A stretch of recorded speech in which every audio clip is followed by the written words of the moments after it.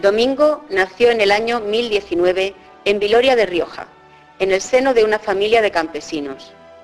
Su honesto padre se llamaba Jimeno García y su madre, generosa y buena, tenía un nombre muy singular, Orodulce.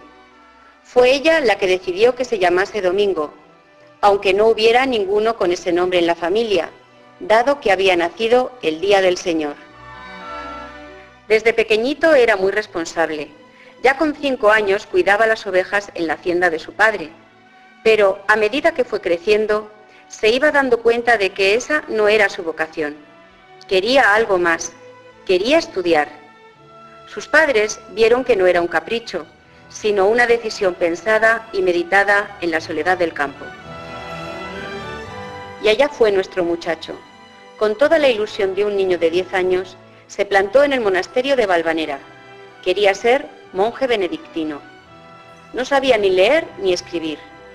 El abad, don Íñigo, lo recibió con cariño, advirtiéndole que no iba a resultar fácil.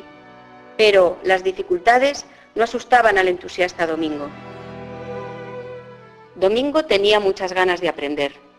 Compaginaba sus estudios con la oración e iba a la capilla a rezar a la Virgen para que ella le ayudase a comprender lo que decían los libros. Sin embargo, él no se imaginaba aún que su esfuerzo no iba a quedarse encerrado entre los muros de un monasterio. Estaba llamado a poner sus talentos al servicio de los demás, siendo luz en el camino. Fue entonces cuando recibió una triste noticia.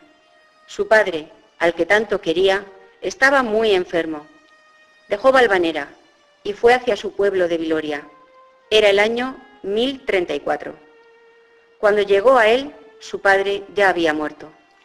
Domingo, como joven responsable que era, decidió quedarse para ayudar en los trabajos del campo y acompañar a su madre en aquel momento tan duro.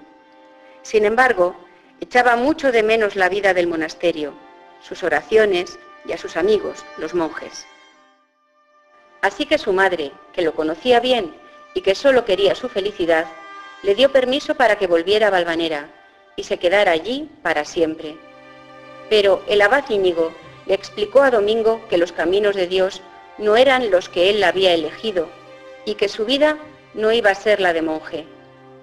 No obstante, Domingo buscó una segunda oportunidad en el monasterio de San Millán de la Cogolla, y el abad, nada más verlo, se dio cuenta de que aquel muchacho no tenía pinta de monje.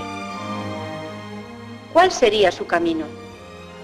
La respuesta le llegó pronto, cuando en Berceo le dijeron que un ermitaño vivía por allí. Sin pensarlo 2 veces, fue a su encuentro, y el buen hombre lo acogió con cariño y comprensión. Junto a él aprendió a vivir con Dios en soledad, y cuando el ermitaño entendió que Domingo ya estaba preparado, lo dejó solo. Comenzó a caminar. Buscaba un lugar donde desarrollar su nueva vocación de ermitaño, y llegó a la Bureba. En la espesura del bosque de Ayuela encontró unas misteriosas ruinas de un antiguo palacio de los reyes de Nájera.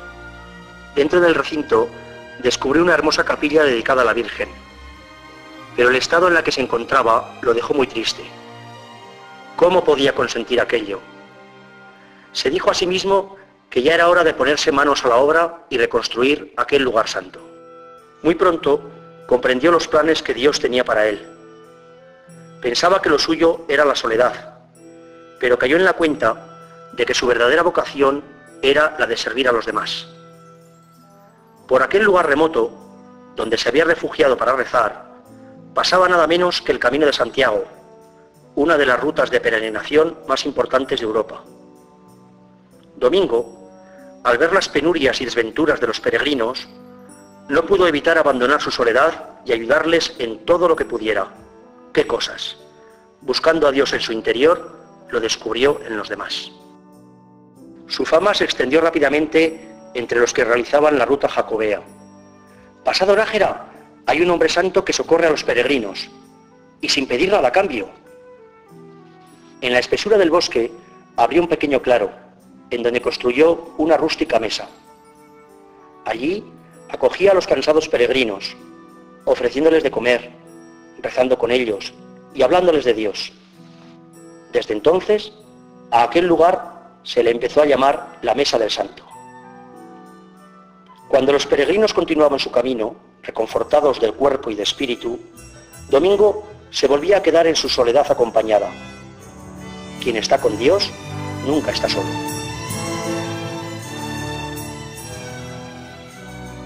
Por aquel entonces, una plaga de langostas asoló la región. A Domingo le llegaban los lamentos de la gente que empezaba a morirse de hambre. Era el año 1039.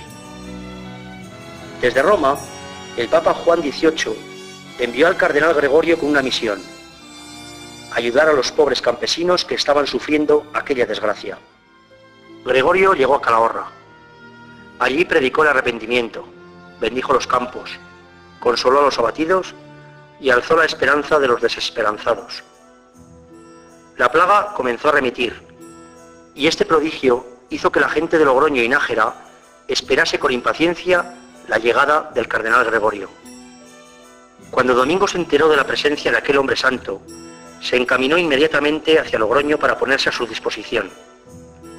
Ese encuentro cambió para siempre su vida. Gregorio le hizo ver claramente su misión: asistir en los hospitales a los necesitados y peregrinos enfermos.